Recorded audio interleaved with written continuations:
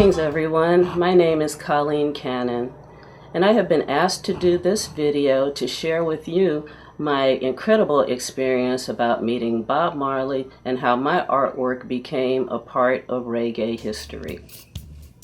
In 1978, I was asked to design the July 21st, 1978 Bob Marley and the Wailers Berkeley Concert poster. Wow, that was just a really incredible invitation that I had.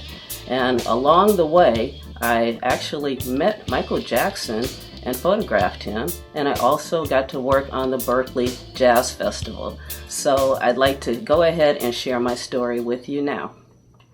So to give you all a little background about myself, I was born in Los Angeles and raised in New York City.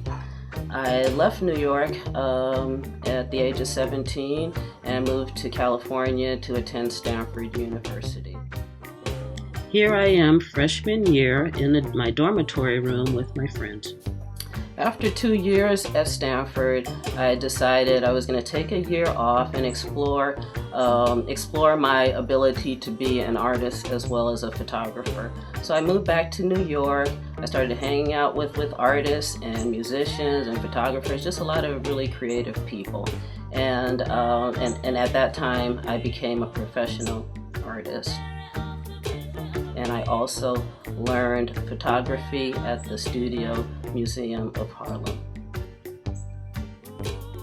I also made some changes in my lifestyle. I became a vegetarian and I started growing my dreadlocks. And again, I was about 19, 20 at that time.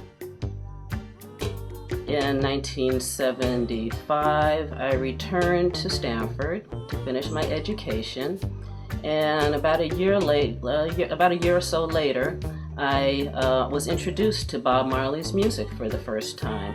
One of my professors, a psychology professor, Irvin Brown, and his wife, Dolores, who was a friend of mine, she was also a fellow artist. I was over at their house one evening, and they were playing this great music by Bob Marley, Rastaman Vibration. And I loved it. I went and bought the album immediately. Little did I know that 2 years later, I would be asked to design a concert poster for Bob Marley and the Wailers. I graduated from Stanford and I moved to Berkeley. I really wanted to live in Berkeley. I appreciated the lifestyle there, the more liberal lifestyle there, some of the political stuff that was going on. I had found that Stanford was just a little too conservative for me. So I moved to Berkeley. This is the apartment I lived in off Telegraph Avenue near the Berkeley campus. It is where I created the Bob Marley poster in 1978.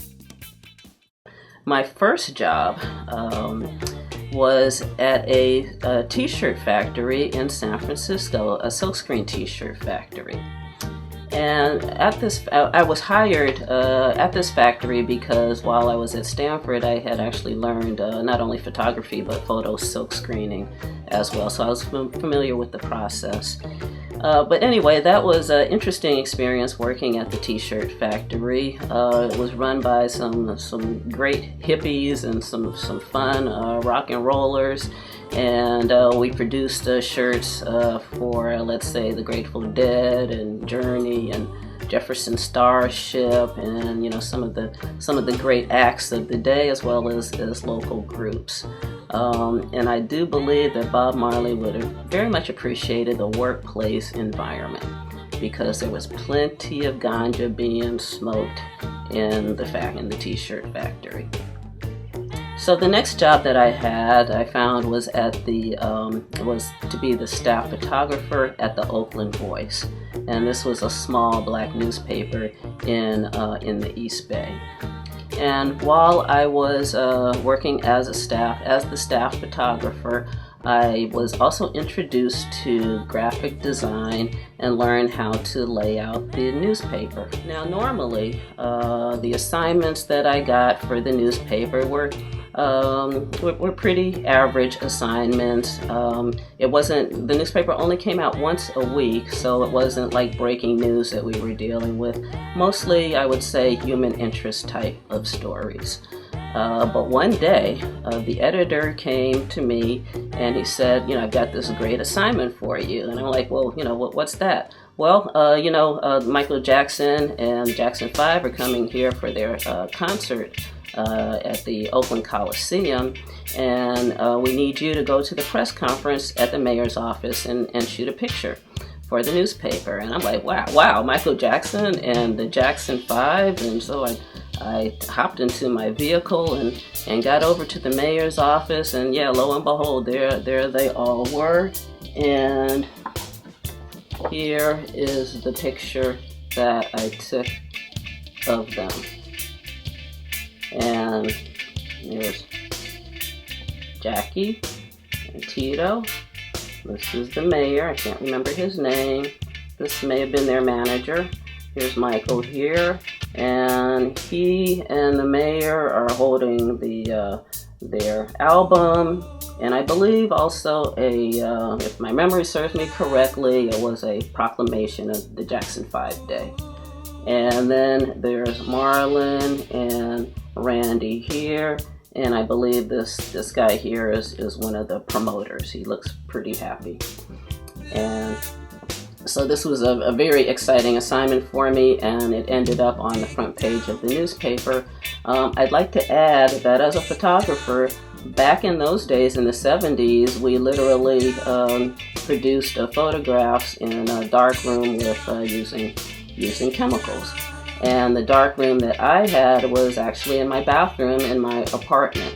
So I had these tubs of chemicals, 3 tubs in the bathroom, and I was taking the pictures like this that I did for the newspaper, and they were hung along my shower curtain. So that's actually how this photograph was produced.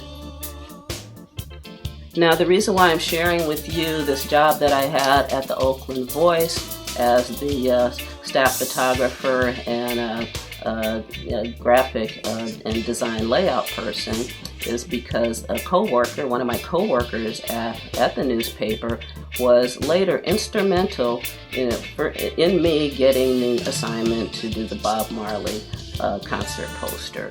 And she really liked my work as a photographer and as a designer, so that's why she invited me to work on some subsequent projects that led to me doing the poster. This poster was posted all over town to promote the sold-out concert.